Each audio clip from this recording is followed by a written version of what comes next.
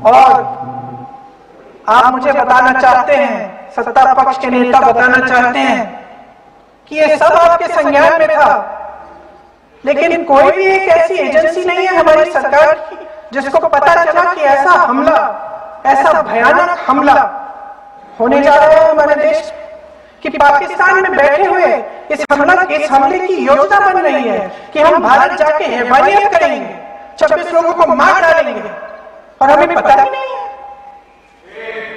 क्या ये हमारी एजेंसियों की विफलता है कि नहीं है? ये बहुत बड़ी विफलता है, ये बहुत बड़ी विफलता है। जानते थे कि ये गुट है, जानते थे कि 5 सालों से ये आतंकवादी हमले कर रहा है, अध्यापकों को मारा, आर्मी के बड़े बड़े अफसरों को मारा, आम जनता को मार डाला, पुलिस वालों को मार डाला, और आप इन पे निगरानी नहीं रख रहे थे।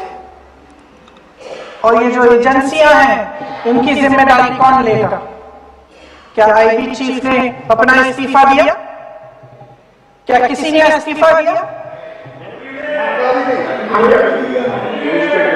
गृह मंत्री जी के कार्य क्षेत्र में आता है इंटेलिजेंस ब्यूरो, क्या गृह मंत्री जी ने इस्तीफा दिया? इस्तीफा छोड़िए, जिम्मेदारी ली।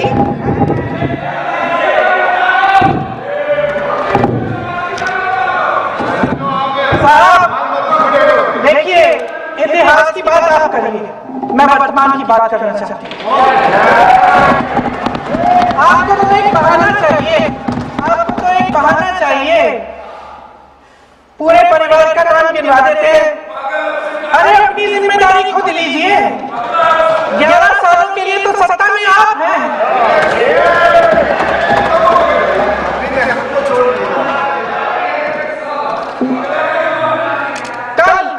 कल माननीय गौरव गोगोई जी ने अपने भाषण में पूछा गृह मंत्री जी से, क्या आपकी जिम्मेदारी नहीं थी? मैं देख रही थी। राजनाथ जी, रक्षा मंत्री जी यूं यूं अपना सर हिला रहे थे, कुछ बोले नहीं। अंदर से महसूस हुआ होगा कि यहाँ कुछ जिम्मेदारी थी, लेकिन माननीय गृह मंत्री महोदय जी हंस रहे थे, वे हंस रहे थे।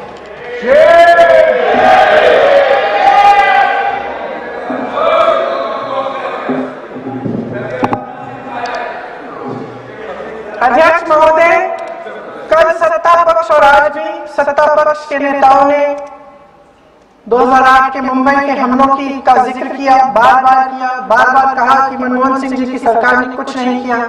ये तो जानकारी होगी ना कि उसी समय जब वो आतंकवादी हमला चल रहा था, तभी उन आतंकवादियों को मार डाला था, एक बचा था और उसको भी फांसी दे दी थी 2012।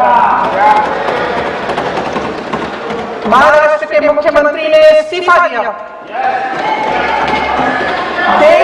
देश के गृह मंत्री ने जिम्मेदारी लेकर इस्तीफा दिया। एक जवाबदेही थी पब्लिक के प्रति, एक जवाबदेही थी इस देश की जनता के प्रति, इस देश की धरती के प्रति।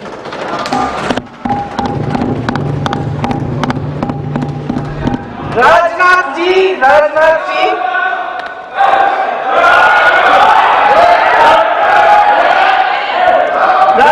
जी को तो पुलवामा, उरी और पठानकोट के समय गृह मंत्री रहे थे, आज वे रक्षा मंत्री हैं। और हमारे गृह मंत्री महोदय श्री अमित शाह जी के नाक के नीचे पूरा मणिपुर जल गया, दिल्ली में दंगे हुए, पहलगाम में हमला हुआ, और आज भी वे उसी पद पर बैठे हैं। क्यों? अध्यक्ष महोदय, बमबारी से अखबारों के हेडलाइन बनते हैं, मगर कहानी सुरक्षा में की चूक में भी। आज देश खोखले भाषण नहीं सुनना चाहता, देश जवाब चाहता है, तसल्ली चाहता है कि सच उससे छिपाया नहीं जाएगा। देश जानना चाहता है कि उस दिन अप्रैल 22, 2025 को क्या हुआ और क्यों हुआ। आप तो खुद अपनी पीठ थपथपाने में लगे रहते हैं। सेना, देश, संसद से सच छुपाते हैं। ऑपरेशन सिंदूर जब शुरू हुआ हम सब ने समर्थन किया, सब एकजुट होकर खड़े हो गए इस देश के लिए। दोबारा होगा, दोबारा खड़े हो जाएंगे। अगर हमारे देश पे हमला होता है तो यहाँ इस सदन में किसी भी पार्टी का हो, कोई भी हो, सब आपका समर्थन करें। और हमें अपनी सेना पर गर्व है कि उन्होंने इस बार भी दृढ़ता से लड़ाई लड़ी, धैर्य से लड़ाई लड़ी, वीरता से लड़ाई लड़ी। लेकिन इस ऑपरेशन का सिंदूर का क्रेडिट, उसका श्रेय तो हमारे प्रधानमंत्री जी चाहते हैं। सही है, ठीक है, सही है, श्रेय ले, श्रेय ले।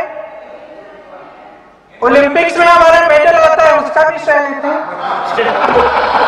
ले। लेकिन सिर्फ श्रेय लेने से नहीं होता नेतृत्व, जिम्मेदारी भी लेनी पड़ती है।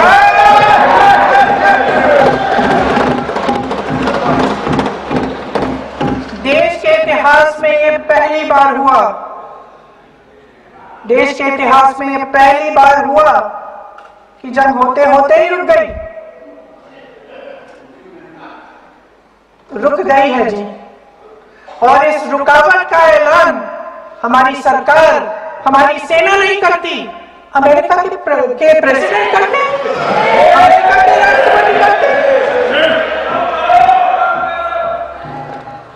ये हमारे प्रधानमंत्री महोदय की गैर जिम्मेदारी का सबसे बड़ा प्रतीक है।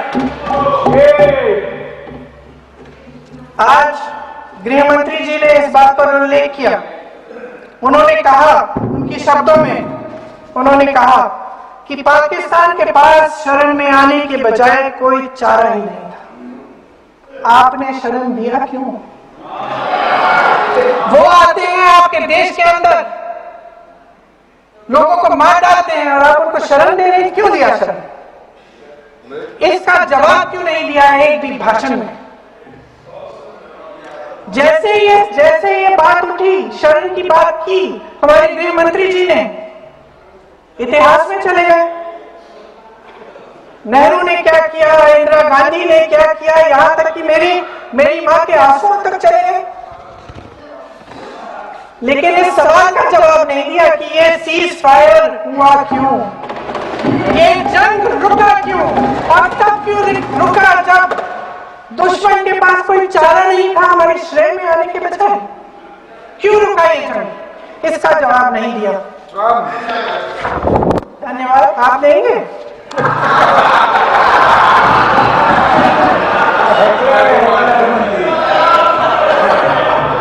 देना भाई देना, आपको टाइम मिलेगा तो, टाइम नहीं मिलेगा आपको शायद। वैसे महोदय, मेरी माँ की आंसू की बात की है, मैं इसका जवाब देना चाहती हूँ। मेरी माँ के आंसू तब गिरे जब उनके पति को आतंकवादियों ने शहीद किया,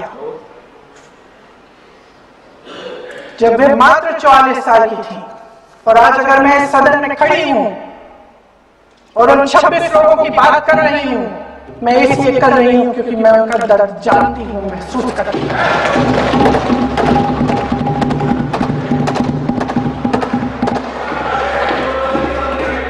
अध्यक्ष महोदय, मैंने कहा कि देश का नेतृत्व सिर्फ उपलब्धियों का श्रेय लेने से मजबूत नहीं होता।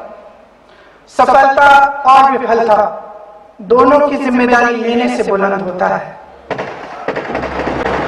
ये सोने का ताज नहीं है, कांटों का ताज है।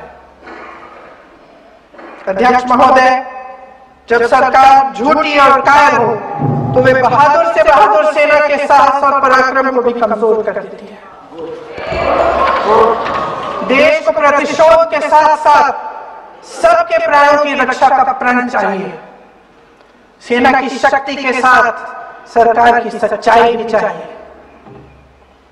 महान देशभक्त शहीद इंदिरा गांधी जी, जिन्होंने सफल कूटनीति के बल पर अमेरिका के राष्ट्रपति निक्सन का मुकाबला करके पाकिस्तान का विभाजन करवाया, बांग्लादेश बनाया, 1 लाख पाकिस्तानी सैनिकों को आत्मसमर्पण करने पर मजबूर किया।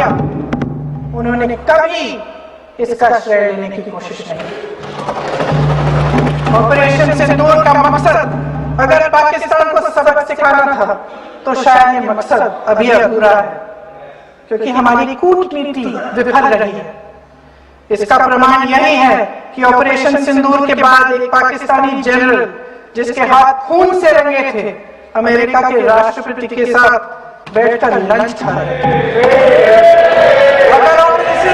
अगर ऑपरेशन सिंदूर का मकसद आतंकवाद को खत्म करने का था तो पाकिस्तान को संयुक्त राष्ट्र के आतंकवाद विरोधी समिति का अध्यक्ष चुने जाने से इस मकसद को धक्का लगा है। इसकी जिम्मेदारी कौन लेगा? क्या हमारे प्रधानमंत्री लेंगे? क्या उनमें ये हिम्मत है? नहीं है।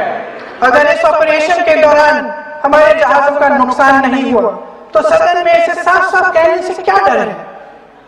क्यों नहीं कहा है? कल ही रक्षा मंत्री जी ने कहा कि हमारे इंफ्रास्ट्रक्चर का नुकसान नहीं हुआ, तो जहाजों के बारे में भी बता दें, साफ साफ बता दें। क्या हर्ज है? सच्चाई तो है। सवालों से बचने के लिए ये सरकार हमेशा प्रयास करती है। इसकी राजनीतिक कायरता बेमिसाल है। देशवासियों के प्रति जवाबदेही का एहसास ही नहीं है। सच्चाई ये है कि इनके दिल में जनता के लिए कोई जगह नहीं है। सब राजनीति है, सब पीआर है, सब प्रचार है, सब पब्लिसिटी है। देश की जनता के लिए आपके हृदय में कुछ नहीं रहा। बहुत समय हो गया है आप इस प्रचार में ही लिप्त हैं, जनता को देख नहीं पा रहे हैं। जो पहलगाम में हुआ खत्म कर दिया, जो पहलगाम में हुआ उससे हर एक देशवासी के दिल पे चोट पहुंची है। हिमांशी नारवाल की गुहार ने हम सबको शर्मिंदा किया है। इसीलिए मैं आज यहां खड़े हुए एक आखिरी बात करना चाहती हूं।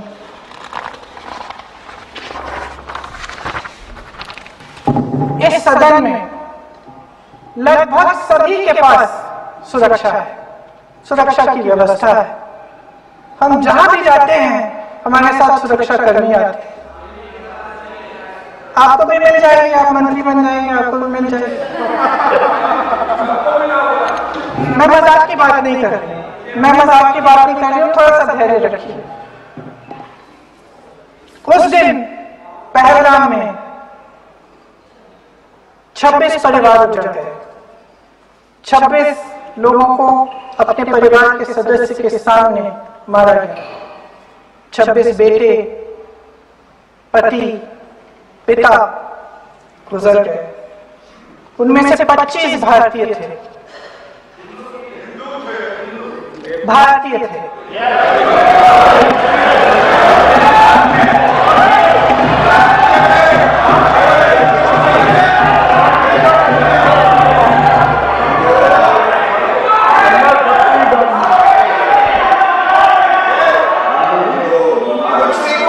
जितने भी लोग बैसारन वैली में थे और जो 25 भारतीय मारे गए, उनके लिए कोई सुरक्षा नहीं थी, कोई सुरक्षा नहीं थी। आप कितनी भी ऑपरेशन कर डालें, आप इस सच्चाई के पीछे छुप नहीं सकते, इसे नकार नहीं सकते। आपने उनको सुरक्षित नहीं किया। कोई शर्म नहीं है, कोई शर्म नहीं है, कोई शर्म नहीं है, और ना कभी होगी। सुन लीजिए, सुबह भी मैं शिव मंत्र बोल के आई। इनको क्या पता शिव मंत्र क्या है? खत्म कर लूं अपना भाषण। मैं एक बार उन 25 भारतीयों के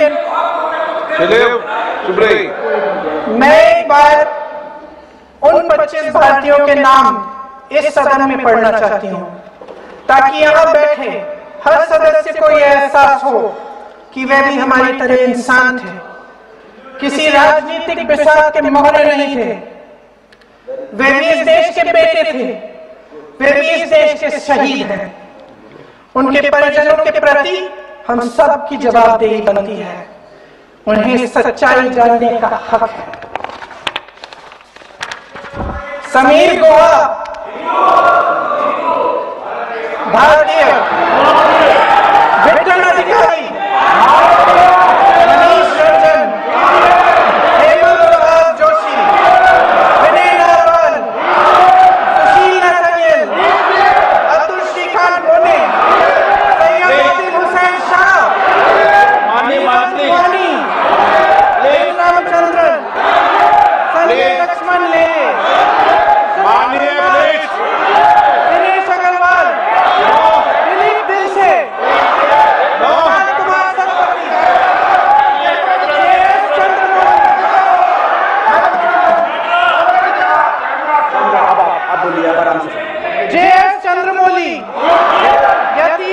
पर